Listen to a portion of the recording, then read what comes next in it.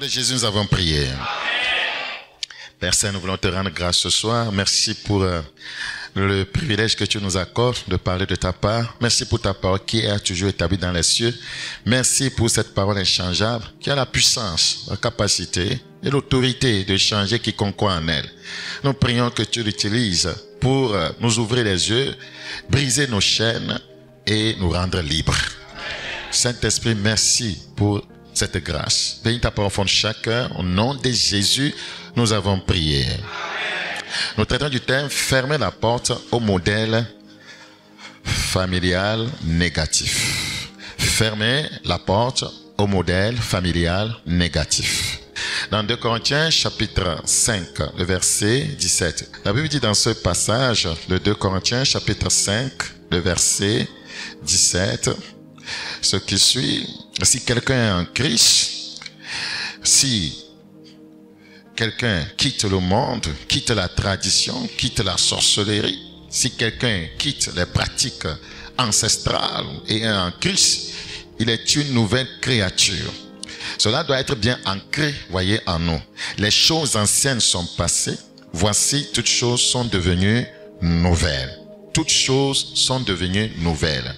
Lorsque, voyez, on n'expérimente pas, voyez, ce passage biblique et on n'a pas ce renouvellement de l'intelligence dont parle ce passage biblique, on sera sujet, voyez, à plusieurs échecs dans la vie chrétienne. On sera toujours victime de Satan alors qu'on s'est donné, voyez, effectivement au Seigneur. Donc, si aujourd'hui, tu ne fermes pas les modèles familiaux, voyez, négatifs, qui se traduisent par les malédictions générationnelles, alors tes progénitures continueront, voyez, à être sous ces liens et à batailler contre des esprits qui auraient dû être écartés par, voyez, toi en tant que père. Alors, croyant que nous sommes, nous devons arrêter tout cycle de modèle familial négatif que nous avons hérité de nos pères. Je reprends. Croyant que nous sommes, nous devons. C'est un impératif. Nous devons, voyez, arrêter tout cycle de modèle familial négatif ou de modèle, voyez, négatif générationnel que nous avons hérité de nos pères. Nous sommes dans 1 Pierre chapitre 1, le verset 18. 1 Pierre chapitre 1. 1 Pierre chapitre 1, le verset 18. 1 Pierre chapitre 1, le verset 18.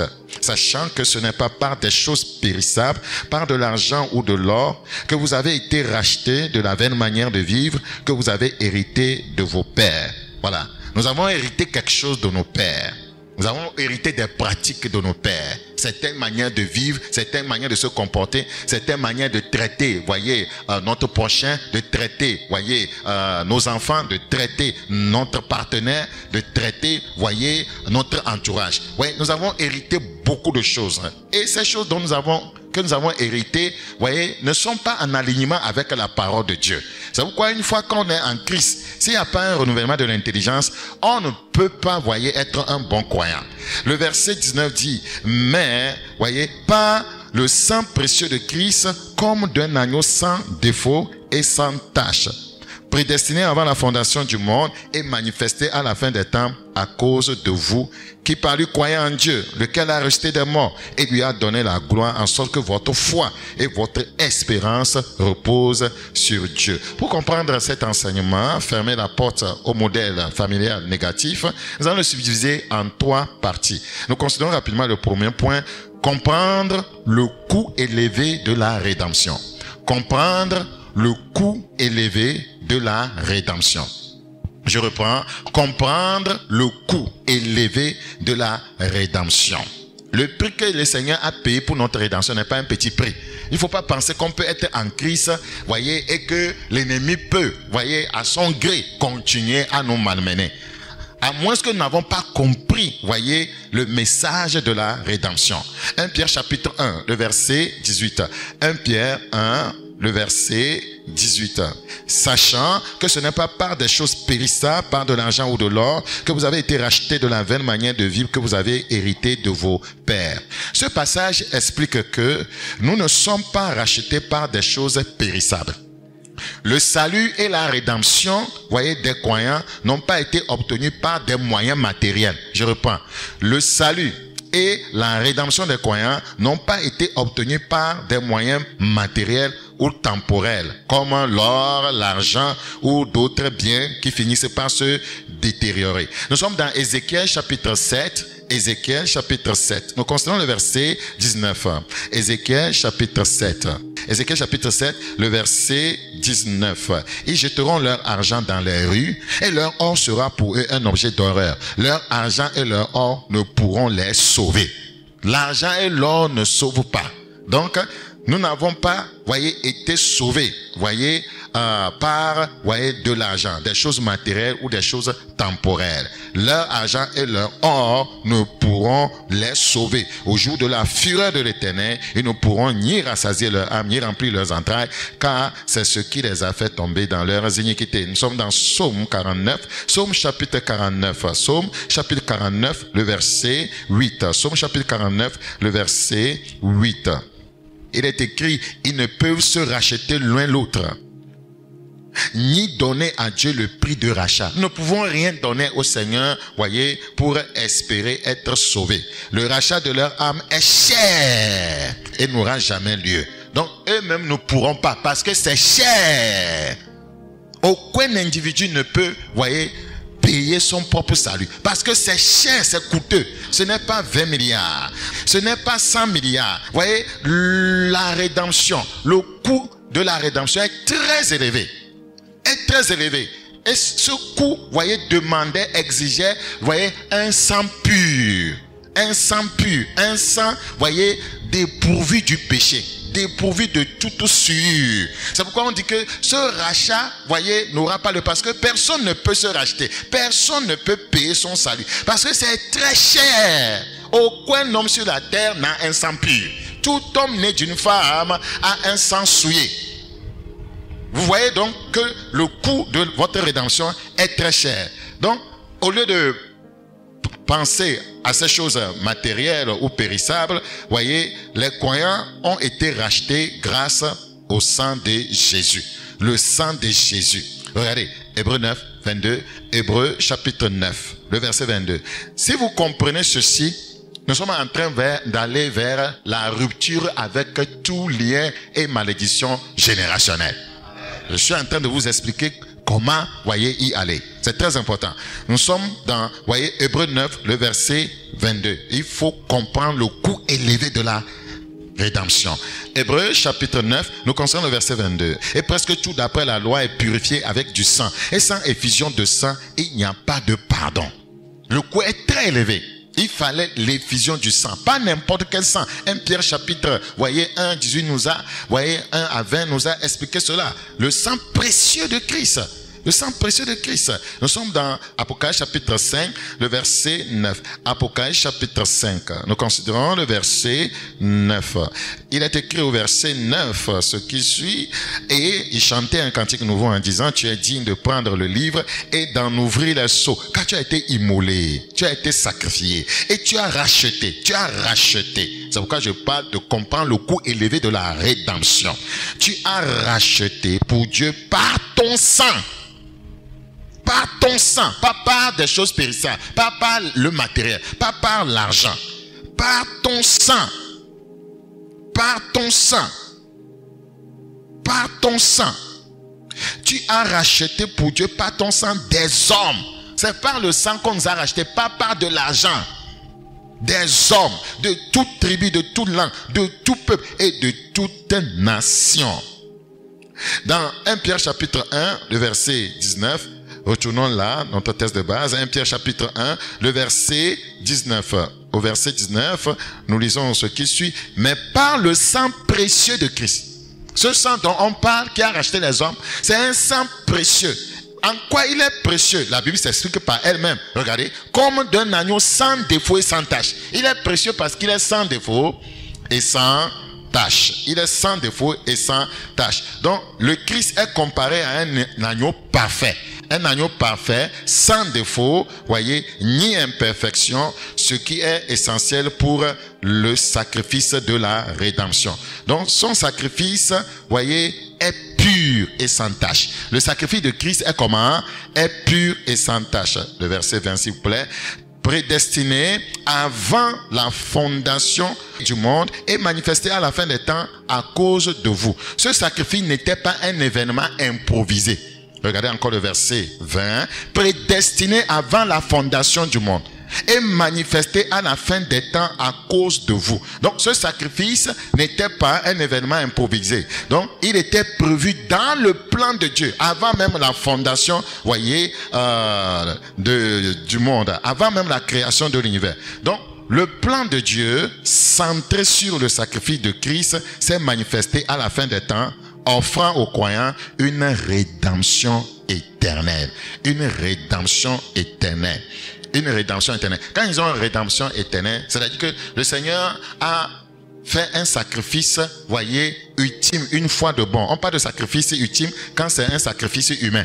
Voyez, il a fait une fois de bon. Donc, pour nous accorder le salut. Quand je parle de la rédemption éternelle, je ne dis pas sauver, sauver pour toujours. Ce que je veux dire, c'est Hébreux 10, 10. Hébreux chapitre 10, 10. Hébreux, c'est que l'acte du Seigneur, voyez, en vue de notre salut, est éternel. Christ ne reviendra pas encore pour mourir à la croix. Praise the living God. C'est une rédemption éternelle. Voilà. Son acte posé à l'égard des hommes est un acte de rédemption éternelle. Praise the living God. Nous sommes dans Hébreux 10. Hébreux chapitre 10, le verset 10. C'est en vertu de cette volonté que nous sommes sanctifiés par l'offrande du corps de Jésus-Christ une fois pour toutes. Vous avez vu ça? Une fois pour toutes. L'offrande du corps. Voyez, c'est-à-dire son corps qu'il a offert en sacrifice. Une fois pour toutes. C'est pour, voyez, nous donner voyez, la rédemption. Voyez, et cette rédemption, il a posé cet acte de façon éternelle. On n'en reviendra plus. On ne dira plus, Seigneur Jésus, viens, retourne à la croix pour mourir pour nous. Non, c'est fini. Donc, le salut a un coût éternel. Il a un coût éternel. Il devait le faire. Christ devait se donner en sacrifice pour toutes les générations. Donc le coût est très élevé. Le coût est très élevé. C'est-à-dire qu'après 100 ans, les gens vont continuer à bénéficier de ce sacrifice. Après 200 ans, après 1000 ans, après 2000 ans. Vous voyez, on ne sait pas si on va aller à 3000 ans. Les gens devaient continuer à bénéficier de ce sacrifice. C'est pourquoi il est très élevé. Il est très coûteux. Praise the living God. Alléluia. Je prie que tu comprennes ça une fois de bon. Donc, si tu peux apprécier, voyez, l'œuvre rédemptrice, voyez, que Christ a accompli pour toi, voyez, tu sauras que, voyez, l'ennemi ne peut pas avoir le pouvoir sur toi. Parce que le prix qui a été payé pour ta délivrance est très grand. L'ennemi ne peut plus payer un prix qui va surpasser le prix que Jésus a payé pour te faire tomber. Qu'est-ce que j'ai dit? Et il n'y a aucun sacrifice qu'on doit faire encore dans le monde des ténèbres pour faire tomber un enfant de Dieu. Si l'enfant de Dieu s'en tient au sacrifice de Christ, si l'enfant de Dieu brandit toujours le sacrifice de Christ, c'est un sacrifice ultime qui est au-dessus de tout autre sacrifice qu'on pourra faire sur cette terre. Praise the living God. Alléluia. Deuxième point, rapidement. Son sacrifice et les malédictions. Son sacrifice et les malédictions. Qu'est-ce que ce sacrifice a fait, voyez, par rapport aux malédictions? C'est ce que je veux, voyez, vous expliquer maintenant. Son sacrifice et les malédictions. Quand nous parlons de malédiction, nous parlons des modèles négatifs générationnels. Je reprends. Quand nous parlons des malédictions, nous parlons des modèles négatifs générationnel, dans une famille, dans une contrée, voyez, un modèle de vie qui est négatif, mais qui est générationnel. C'est une malédiction. Un modèle de vie qui est négatif, mais qui est générationnel. Voilà, c'est une malédiction. Dans Jérémie chapitre 31, Jérémie chapitre 31, Jérémie chapitre 31, Jérémie chapitre 31. Nous considérons le verset 29. En ces jours-là, on ne dira plus, les pères ont mangé des raisins verts, et les dents des enfants ont été agacées. Ça veut dire que c'est ce qui avait cours avant. C'est ce qui avait cours avant. On dit, en ces jours-là, on parle des jours de Jésus. On parle de la nouvelle alliance. Lorsque Christ viendra faire son œuvre, voyez, sacrificatoire, ou bien faire ce sacrifice à la croix pour le salut des hommes, voyez, on ne parlera plus de ce passage. C'est ce que ça voudra dire.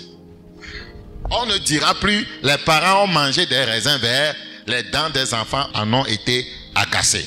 Donc ceci annonçait, voyez, la nouvelle alliance. Ce passage annonçait la nouvelle alliance. Pour dire que, voyez, quiconque, voyez, accepte Jésus-Christ comme son Seigneur et Sauveur personnel, voyez, et connaît ses privilèges en Jésus-Christ, voyez, les malédictions des parents ne pourront plus jamais le suivre. Praise the living God.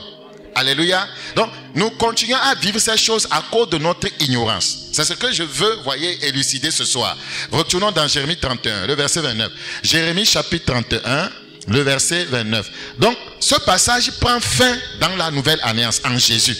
Voilà, en Jésus. À moins que les hommes continuent, voyez, à suivre ces modèles en rejetant Jésus. Mais une fois qu'un homme entre en alliance avec Jésus, voyez, ce modèle s'arrête. En ces jours, on ne dira plus. On ne dira plus. Ce modèle s'arrête. Oui, les pères ont mangé les raisins verts et les dents des enfants en ont été agacées. Les pères ont fait la fornication et les enfants ont été affectés. Les pères ont fait des sacrifices et des animaux et les esprits sont en train de déranger les enfants. On ne dira plus cela. On ne dira plus cela.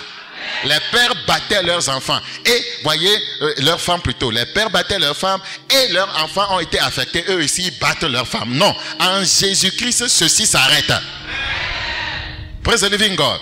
Parce que c'est un modèle familial générationnel. Donc, c'est seulement en Jésus-Christ que cela s'arrête. Quand nous continuons le passage, vous allez le comprendre. Mais chacun mourra pour sa propre iniquité. Tout homme qui mangera des raisins verts, ses dents en seront agacées. Voici, les jours viennent. Cela annonçait les temps de Christ. Dit l'Éternel, où je ferai avec la maison d'Israël et la maison de Juda une alliance nouvelle. Donc, cela parlait de la venue de Christ. C'est très important. Donc, si les gens ne se donnent pas à Christ, ne sont pas en Christ et ne connaissent pas leurs droits en Christ, ils continueront à subir, voyez, ou à vivre, voyez, les modèles familiaux générationnels. C'est ce qui arrive à plusieurs personnes. Praise the living God. Regardez, dans Galates chapitre 3, Galates chapitre 3, le verset 13. Galates chapitre 3, le verset, combien? Ouvrez s'il vous plaît. Galates chapitre 3, le verset 13. Galates chapitre 3, le verset 13. Christ nous a racheté de la malédiction de la loi, étant devenu malédiction pour nous, car il est écrit, maudit est quiconque est pendu au bois. Écoutez très bien. Nos pères, voyez, nous ont laissé des modèles négatifs, générationnels. Ils nous ont laissé des modèles négatifs, générationnels, par, voyez, leur transgression à la loi de Dieu. Ceci s'est fait par leur transgression à la loi de Dieu. Donc, ils étaient entrés en contact avec d'autres entités spirituelles. Donc, sous la malédiction. Donc, leur modèle de vie était du paganisme. C'est-à-dire, ce paganisme voudrait dire païen. Donc, leur modèle de vie était paganisme, l'idolâtrie et autres. Parce que, voyez, ils ont rejeté la loi de Dieu. Ils sont entrés en contact avec le paganisme. Donc, les esprits, voyez, impurs, ont commencé à les influencer et à les donner des modèles de vie. C'est pourquoi les hommes vivent comme Satan. Parce qu'ils sont entrés en contact avec les esprits. Par, voyez, le rejet de la parole de Dieu et l'idolâtrie. Donc, le paganisme. Donc, c'est pourquoi, pour que ceci s'arrête, il faut une nouvelle alliance. Il faut venir à Jésus-Christ. Donc, nos pères ont commis des erreurs. Ils ont rejeté la loi de Dieu. Ils ont accepté l'idolâtrie. Quand vous lisez l'Ancien Testament, vous voyez, c'est courant. Et ça fait que les pratiques idolâtres, les vies idolâtres, les modèles de vie idolâtres, voyez, ont commencé, voyez, à régir leur vie, à régir leur famille et à régir les générations. Parce qu'ils ont rejeté la loi de Dieu. Galates chapitre 3, le verset 13 se réfère à Deutéronome 21, 23. Regardez, Deutéronome 21, le verset 23. Deutéronome 21, le verset 23. Deutéronome chapitre 21, le verset 23. Son cadavre ne passera point la nuit sur le bois, mais tu l'enterreras le même jour, car celui qui est pendu est un objet de malédiction auprès de Dieu. Celui qui est pendu est un objet de quoi? De malédiction auprès de Dieu. Donc Galates chapitre 3, 13, ouais, nous rappelle que Jésus a été pendu. Donc cette pendaison fait que Christ a pris, voyez, notre malédiction. Donc le Christ nous a racheté de la malédiction de la loi. La loi qui était censée guider les hommes, voilà, avait un aspect de malédiction. La loi qui était censée guider les hommes avait un aspect de malédiction. Pourquoi il dit ça? C'est parce que personne ne pouvait l'observer parfaitement. Donc, une fois que tu ne l'observes pas, tu entres dans quoi? Tu entres dans quoi? Dans la malédiction. Donc, c'est pourquoi je dis que elle avait, la loi qui était censée guider les hommes avait en elle un aspect de malédiction. Je prie que le Seigneur nous fasse sortir de là. Donc, personne ne pouvait l'observer parfaitement. Ceux qui la transgressaient, voyez, entraient immédiatement sous la malédiction. C'est ce que nos pères ont fait.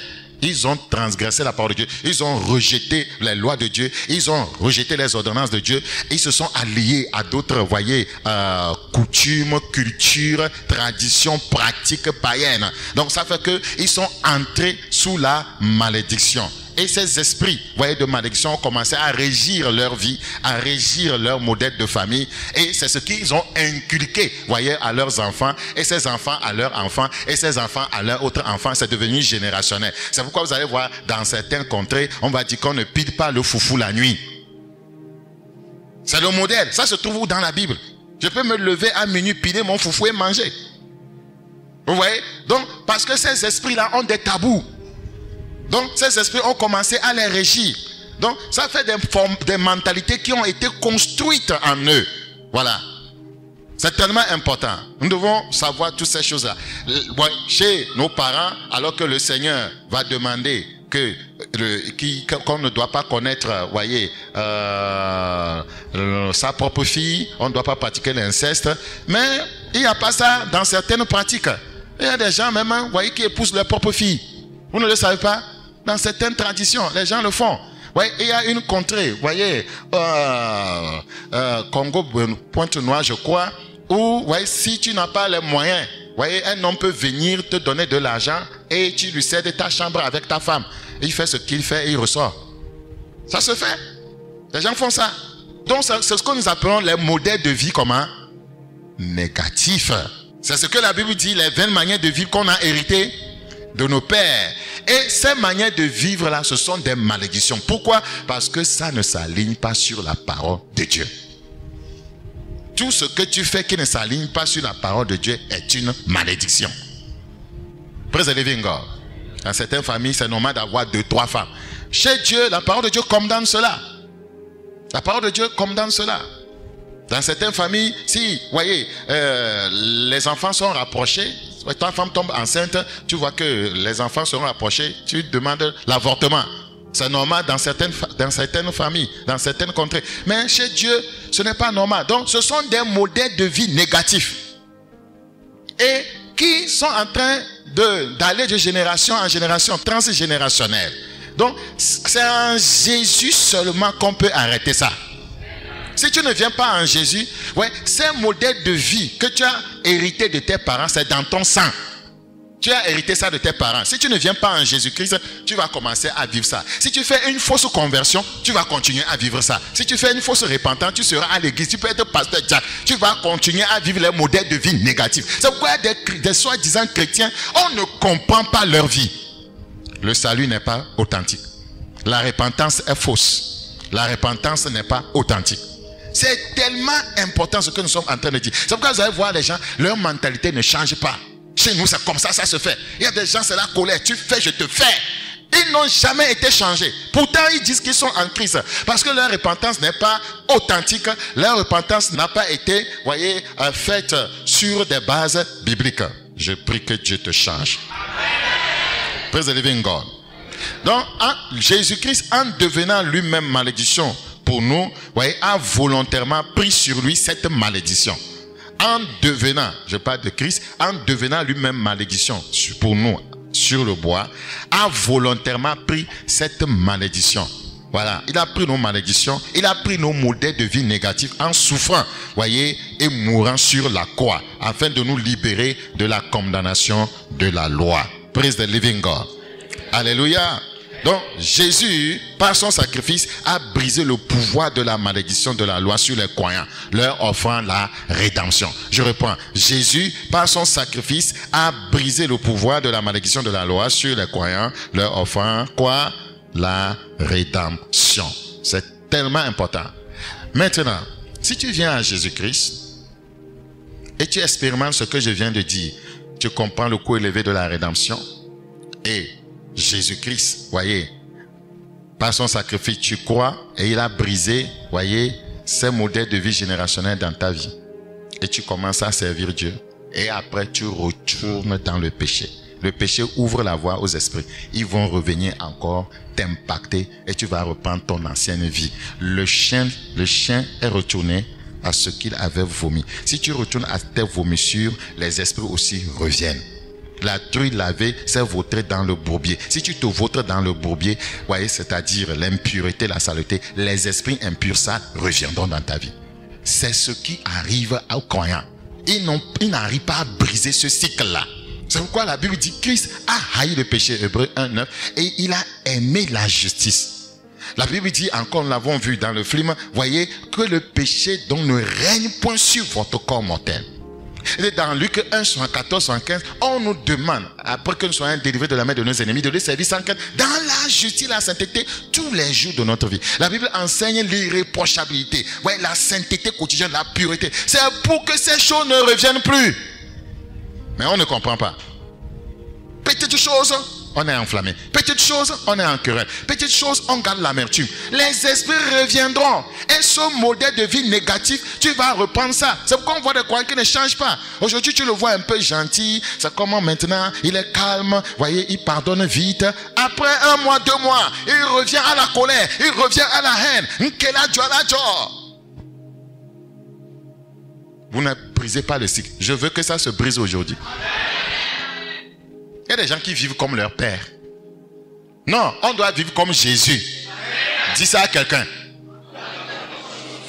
Il y a des gens qui vivent comme leur mère. Leur mère parlait trop. C'est comme ça aussi, ces femmes-là parlaient. C'est un modèle de vie négative. C'est un modèle négatif, voyez, de vie. Le Seigneur va t'en délivrer. Maintenant, 3e point. Briser les forteresses de modèles, voyez, négatifs générationnels.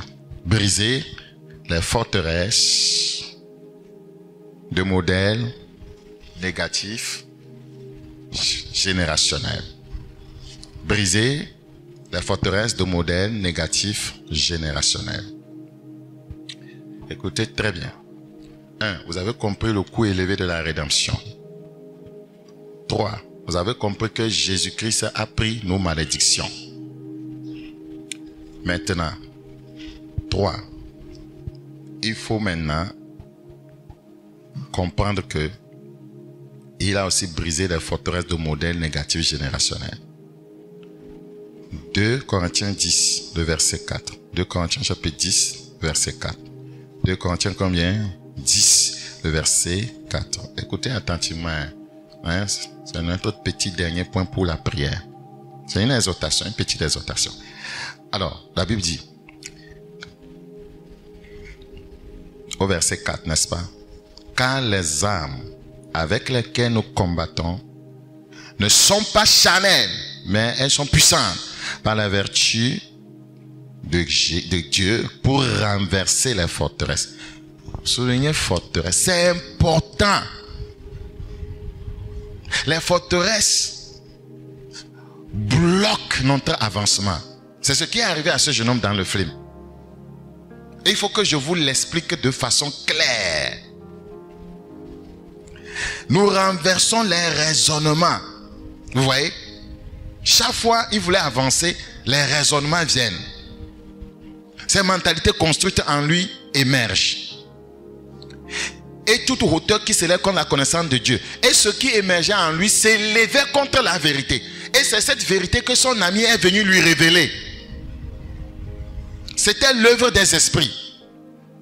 C'était, voyez, un lien générationnel, hérité de ses pères. Donc, pour lui, il va battre sa femme comme son père le faisait. C'est ce qu'on appelle une forteresse. C'est construit en lui. Donc, Satan aime construire des forteresses, voyez, dans la vie des hommes. C'est quoi une forteresse?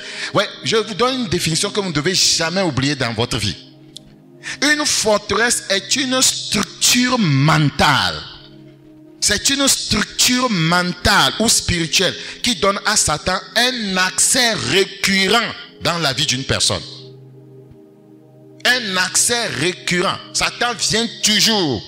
Chaque fois que tu veux, voyez, t'élever contre cela, Satan s'oppose. Parce qu'il te ramène cette mentalité. C'est comme ça que je dois faire. C'est comme ça que je dois agir. Or, la manière dont tu veux faire agir, voyez, est en déphasage, voyez, à la parole de Dieu. Une forteresse est une structure mentale. Sous-soumet, mentalité, pensée. C'est une structure mentale. Structure, quelque chose qui a été construit. C'est une structure mentale ou spirituelle qui donne à Satan un accès récurrent dans la vie d'une personne. Maintenant, comment est-ce que ces forteresses sont construites? Comment est-ce qu'elles sont nées? Premièrement, par le péché. Par le péché. Nos parents avaient rejeté la parole de Dieu, la loi de Dieu, et se sont tournés vers l'idolâtrie. Elles naissent du péché. Elles naissent du péché. De la peur. Les briques que Satan utilise pour construire cette forteresse, qui est une structure mentale, c'est premièrement la brique du péché. 2, la peur. Vous voyez, le gars avait peur qu'il ira battre sa femme. La peur. Les gens ont peur de se marier et ils sont en train de tourner en rond. Les gens ont peur même de tomber enceinte. Il est écrit dans la Bible que la femme va avoir un accouchement douloureux. C'est une mentalité. C'est une mentalité en termes de forteresse. Donc, ces forteresses naissent du péché, de la peur, des croyances erronées. C'est-à-dire des croyances fausses. Des croyances erronées. On ne pile pas foufou la nuit. Les esprits, voyez, vont te chicoter. On ne balaye pas la nuit. Les ancêtres sont en train de passer. Ils tiennent réunion. Des croyances erronées. Donc, c'est comme ça, ça se construit. Il ne faut pas respecter une femme. La femme doit être traitée comme une chose. C'est une forteresse, c'est une mentalité erronée. C'est un déphasage par rapport à la parole de Dieu. Une femme, nous allons faire égalité. C'est quoi? Moi aussi j'ai des diplômes, non? Moi je ne vais pas me soumettre. C'est une mentalité erronée. Ça va détruire ton foyer. Parce que c'est les esprits qui sont derrière de telles mentalités. Les gens ont détruit leur foyer à cause de cela. Donc c'est comme ça que Satan construit ces forteresses-là. Vous pouvez être chrétien avec hébergeant ces forteresses. Vous ne serez jamais heureux dans votre vie chrétienne. Vous serez toujours une victime de Satan. C'est pourquoi la Bible dit que nous renversons les forteresses. Les raisonnements. Parce que ça s'élève, ce sont des hauteurs qui s'élèvent. Ces pensées sont comme des montagnes qui s'élèvent contre la connaissance de Christ, qui s'élèvent contre la vérité. Praise the living God. Et ces forteresses naissent 1, du péché, 2, de la peur, 3, des croyances erronées. La liste n'est pas exhaustive. Hein. Ou bien des traumatismes non guéris. Les traumatismes non guéris. C'est-à-dire que des maladies émotionnelles. Tu as souffert dans l'enfance. Tu as été maltraité. La forteresse se construit. Tu as été victime du viol. Satan prend ça pour construire une forteresse en toi. Tu as peur de l'homme. Tu ne veux pas te marier. Il utilise ça pour te maintenir, voyez, captif. Il fait de toi, voyez, sa victime. Vous devez comprendre cela. C'est pourquoi on vous enseigne chaque jour renouvellement de mentalité. Vous ne voulez pas comprendre ça. On ne peut pas dans le Seigneur, voyez, continuer avec les modèles de vie négatifs. Ce qu'on a hérité de nos pères, la vaine manière de vivre, la manière de concevoir les choses, la manière de voir les choses du monde. Non, nous sommes dans un autre royaume. Nous voyons les choses comme le Seigneur les voit. C'est pourquoi 1 Corinthiens 1, 2, 16 dit, oh, nous avons la pensée de Christ. C'est-à-dire nous avons sa mentalité. Praise the living God. Dans certaines cultures, on va vous dire, il faut cacher les choses à votre femme. Il faut cacher les choses à votre mari. Ce n'est pas biblique. Donc Satan utilise ça juste pour construire une mentalité en toi, pour te maintenir captif. C'est comme ça il arrive à gagner plusieurs d'entre vous. Parce que vous acceptez ces mensonges. La Bible dit que c'est un père du mensonge. Tout ce qui n'est pas en aliment avec la parole de Dieu, voyez, vient du diable. Et si vous acceptez ça, il utilise ça maintenant comme une forteresse pour vous maintenir captif. Alléluia. Praise the living God. Le Seigneur nous aidera. Comment s'en sortir? La repentance. La repentance. Je vais vous repentir d'avoir accepté, d'avoir toléré le péché dans votre vie, d'avoir accepté de vivre dans la peur, d'avoir toléré la croyance erronée et de continuer, voyez, à entretenir ces traumatismes, voyez, que vous avez vécu dans votre jeunesse ou dans votre passé. Vous devez permettre à Christ de vous guérir. Donc la repentance, la vérité biblique et la prière persévérante sont nécessaires pour abattre de telles forteresses. Je reprends. La repentance, la vérité biblique, la repentance, la vérité biblique. Pourquoi j'insiste sur la vérité biblique? Vous pouvez aller dans une église où la vérité biblique n'est pas enseignée. Vous ne serez jamais délivré, voyez, de ces forteresses. C'est important d'aimer la vérité. La repentance, la vérité biblique, la repentance, la vérité biblique, la repentance, la vérité biblique et la prière persévérante sont nécessaires pour abattre de telles forteresses. Alors, comme nous l'avons vu dans le film, voyez, il y a des solutions qui nous ont été données et qui sont toutes bibliques pour abattre, voyez, des forteresses ou ces forteresses, voyez, qui sont des structures, voyez, mentales, voyez, que l'ennemi construit, voyez, en nous. Il faut nécessairement le renouvellement de l'intelligence. Et cela passe par la parole de Dieu. La parole de Dieu nous lave. La parole de Dieu est symbolisée par l'eau. Donc la parole de Dieu nous lave de toutes ces mentalités. Praise the living God. Alléluia. Donc un enfant de Dieu qui lit beaucoup la Bible, qui médite beaucoup la Bible, n'aura plus ces mentalités. Il va adopter la pensée de Christ. Il va avoir des pensées scripturaires. Il va avoir des pensées scripturaires. C'est tellement important. Beaucoup ne comprennent pas pourquoi on dit d'étudier la parole de Dieu. Mais si nous continuons avec des films traditionnels, Chaka Zulu, ces mentalités continuent à se former. Ces mentalités continuent à se former. Si nous continuons à suivre des films, voyez, qui nous présentent des modèles, voyez, de vie négatifs, ça va continuer à renforcer ces choses en nous. Des films qui nous disent, si quelqu'un te fait quelque chose, tu le tues. Oh, qu'est-ce que tu construis en toi?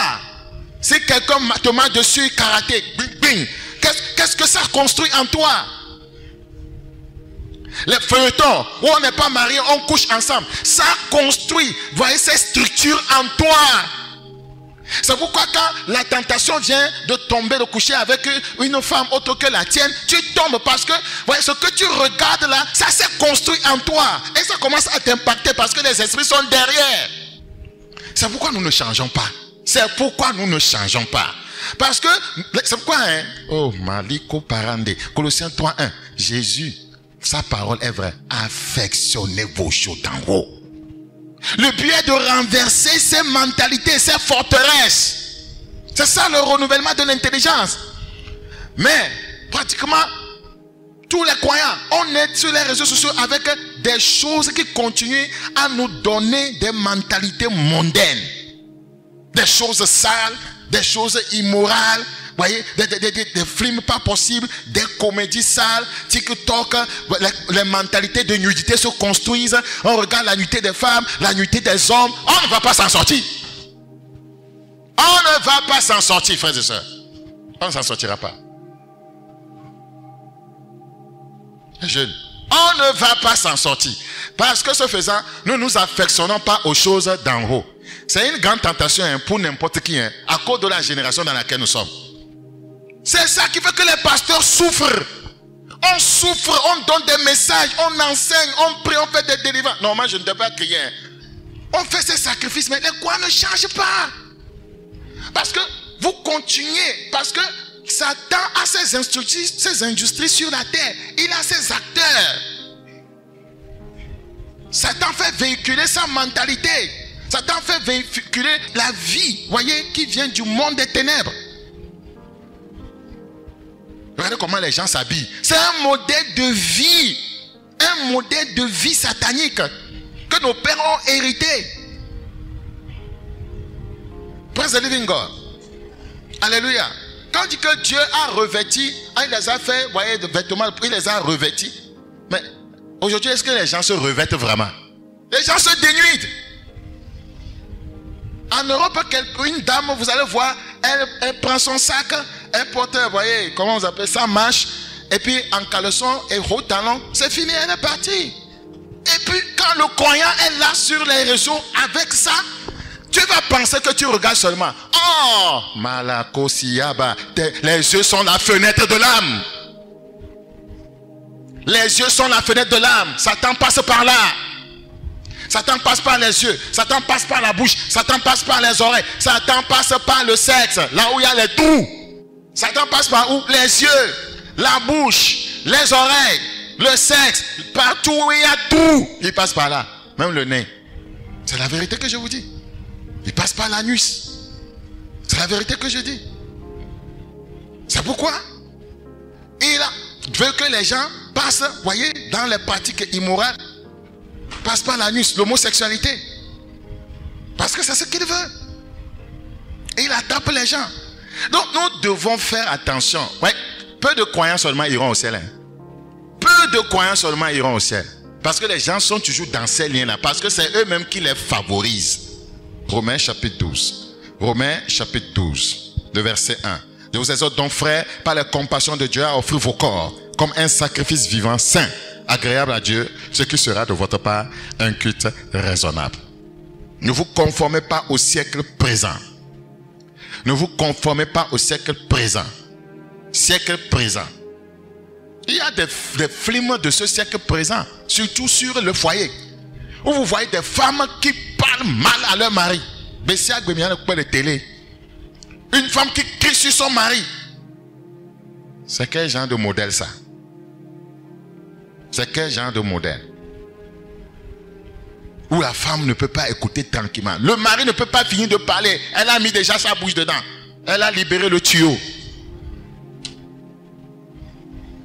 Parce qu'on regarde ça dans les films.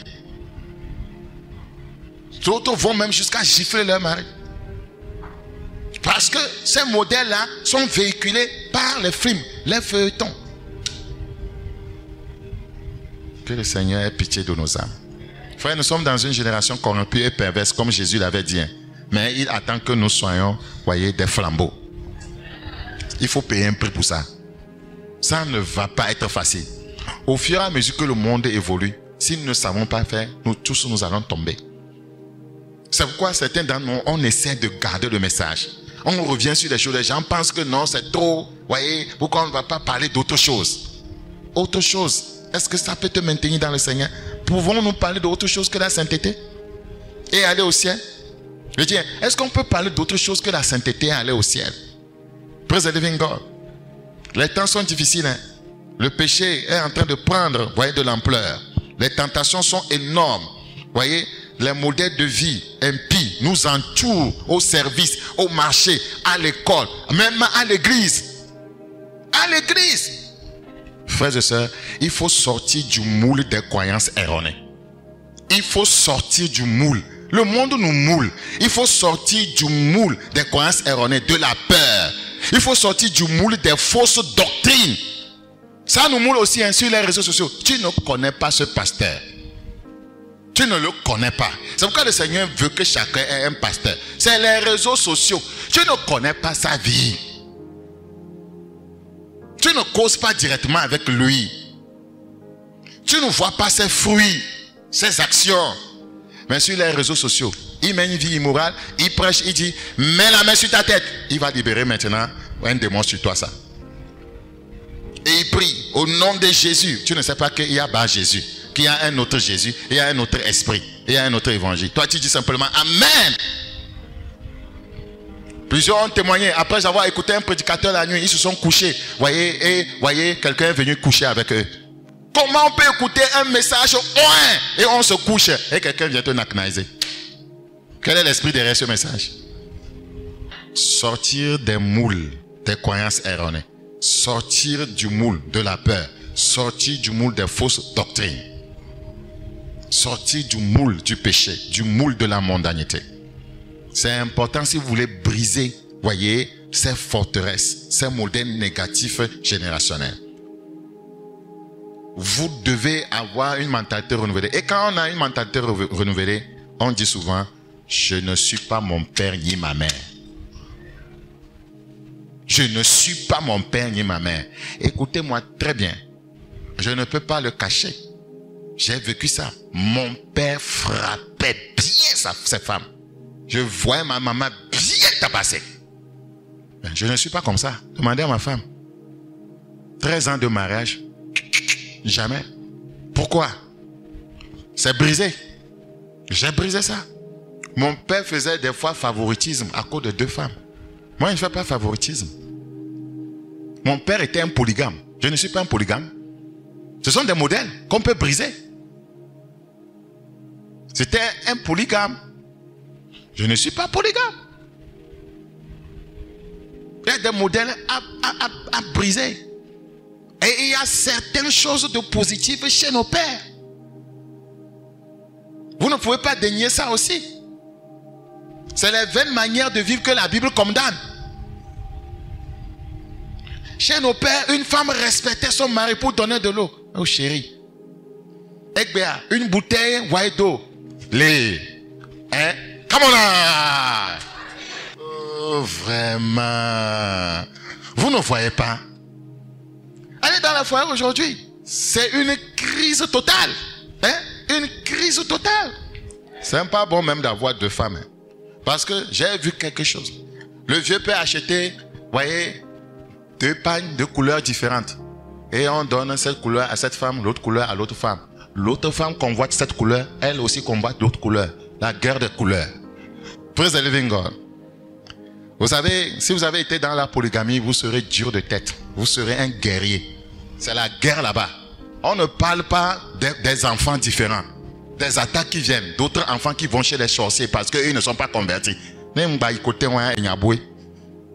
J'allais mourir depuis à cause de cette guerre. De l'autre femme qui cherche à tuer l'aîné, voyez, de sa épouse.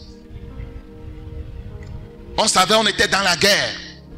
Tes frères de l'autre femme vont se lever, te persécuter. Nous ne voulons pas que tu parles de Jésus ici. Allons au niveau de l'héritage. Aïe, aïe, aïe, aïe, aïe, aïe. J'ai lavé ma main en même temps. Cette guerre-là n'a qu'à rester. Praise the living God. Alléluia. Allez à la justice. Les gens meurent chaque jour à cause de ça. Tu vas aller visiter le terrain de ton père. Tu reviens avec, vous voyez, un pied d'éléphant. Alléluia. Donc, celui qui veut briser ce modèle dit, je ne suis pas mon père ni ma mère. Je suis enfant de Dieu. Je suis racheté. Je suis sanctifié. Je suis consacré. Je ne peux plus répéter les erreurs de mes parents. Ça, c'est le renouvellement de mentalité, ça. Je suis plus que vainqueur. Par moi, la porte des modèles négatifs générationnels se ferme. Si ça ne s'arrête pas par toi, tes enfants vont subir les mêmes choses. Nous devons nous permettre à Dieu de donner un meilleur avenir à nos enfants. Pour que les enfants ne continuent pas avec ces modèles de vie négatifs. Vous voyez, l'immoralité, la grossesse avant le mariage. Ça se passe dans le corps chrétien. Les enfants, voyez, des croyants, même des pasteurs, ça se passe. C'est que nous avons du travail. Nous avons du travail. Praise the living God. Par toi, la porte des modèles négatifs générationnels doivent être fermées. Tu dois ouvrir la porte de la liberté pour tes futurs enfants ou tes enfants. Praise the living God. Dans 2 Corinthiens chapitre 4. C'est tellement important, voyez, de parler ainsi. Pourquoi? Paul disait au verset 13, 2 Corinthiens chapitre 4, le verset 13, et comme nous avons le même esprit de foi qui est exprimé dans cette parole de l'Écriture, j'ai cru, c'est pourquoi j'ai parlé. Nous aussi, nous croyons, et c'est pour cela que nous parlons. Je ne suis pas mon père. Je ne suis pas mon père. Je ne suis pas ma mère. Je suis enfant de Dieu. Je suis racheté. Vous dites ça avec moi. Je suis racheté. Je suis sanctifié. Je suis consacré. Je ne peux plus répéter les erreurs de mes parents. Je suis plus que vainqueur. Par moi, la porte des modèles négatifs générationnels se ferme au nom de Jésus. J'ouvre la porte de la liberté pour mes progénitures. Et tous aussi en quel nom? Dis ça 5 fois. 1, 2, 3, 4. Et tout le monde dit Amen. Il en sera ainsi. Il dit il en sera ainsi. Il dit il en sera ainsi. Ce que tes parents faisaient à voyer ou bien ton père faisait à ta maman, toi tu ne le feras jamais. Je dis toi tu ne le feras jamais. Ce modèle est brisé. Ce modèle est anéanti. Cette porte est fermée. Je retourne dans Jérémie 31, 29 pour m'arrêter. Jérémie 31, le verset 29. En ces jours-là, on ne dira plus, c'est ce soir, parce que tu as connu Jésus. Nous sommes dans ces jours-là. Ceci ne se dira plus dans ta vie. Ce que tes parents ont fait, toi tu ne vas pas subir les conséquences au nom de Jésus. Ils ont posé des actes. Ça fait que les gens ne se marient pas vraiment dans la famille. Toi tu ne subiras pas ça. Ils ont posé des actes. Ça fait que les gens ne conçoivent pas dans la famille. Toi tu ne subiras pas ça. In the name of Jesus. Ils ont posé des actes. Ça fait que les gens sont pauvres dans la famille. Toi tu ne subiras pas ça. In the name of Jesus. Ils ont posé des actes. Ça fait que des gens sont des malades dans la famille. Toi tu ne subiras pas ça. In the name of Jesus. Ils ont posé des actes. Ça fait que des gens ne sont pas des érudits dans la famille. Toi tu ne subiras pas ça. In the name of Jesus. Il en sera ainsi. En ces jours-là, on ne dira plus. J'aime, on ne dira plus là. Il y a des choses qu'on ne dira plus sur ta vie. On ne dira plus que tu es méchant. On ne dira plus que tu es méchant. On ne dira plus que tu es méchant. On ne dira plus que tu es un échec. On ne dira plus que tu es pauvre. On ne dira plus que tu es célibataire. Parce que de façon prophétique, voyez, et potentiellement tu vas te marier. In the name of Jesus. On ne dira plus que tu te masturbes. Je dis, on ne dira plus que tu te masturbes. On ne dira plus que tu as la haine. On ne dira plus que tu as la colère. Si vous croyez, cela va vous arriver. Je dis, si vous croyez, cela va vous arriver. Nous croyons, c'est pourquoi nous parlons. Nous croyons, c'est pourquoi nous parlons. Nous croyons, c'est pourquoi nous parlons. On ne dira plus que tu es faible. On ne dira plus que tu ne pries pas. On ne dira plus que tu dors. On ne dira plus que tu es paresseux. In the name of Jesus. Ça se brise, hein. Ce modèle, comme je dis, ça se brise déjà. On ne dira plus que toi et ta femme vous querellez. Je dis, on ne dira plus que toi et ta femme vous querellez. On ne dira plus que tu es une femme insoumise. On ne dira plus que tu es un homme qui maltraite sa femme. In the name of Jesus. On ne dira plus que tu es avare. On ne dira plus que tu es désobéissant. In the name of Jesus. On ne dira plus que tu fais des mauvais rêves. On ne dira plus que quelqu'un couche avec toi dans tes rêves. In the name of Jesus.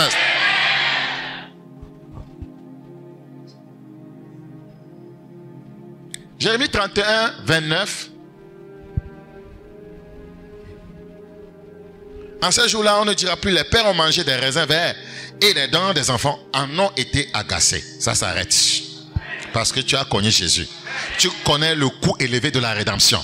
Tu sais que le sacrifice de Jésus a brisé les malédictions. Praise the living God. Et tu sais que, voyez, les forteresses, voyez, Satan construit des forteresses. Et, voyez, tu sais comment les briser. Praise the living God. Donc, ce verset annonce une rupture avec le passé où l'on blâmait les générations précédentes pour les péchés actuels. Je reprends. Ce verset annonce une rupture avec le passé où l'on blâmait les générations précédentes pour les péchés actuels. Donc, dorénavant, chacun sera, voyez, responsable de ses propres erreurs. Voilà. Marquant ainsi une justice et une responsabilité individuelle. C'est ce que ce passage dit. Donc, ceci est un signe de la nouvelle alliance. Donc, c'est seulement en Christ que ce passage trouve tout son sens. Car, voyez, par son sacrifice ultime, voyez, Jésus a opéré cette rupture. Praise the living God. Donc, il est donc nécessaire, voyez, de se donner complètement, entièrement à Christ pour vivre cette rupture. Pour que ces modèles de vie, voyez, de famille, ces modèles de vie, voyez, et de lien générationnel soient complètement brisés.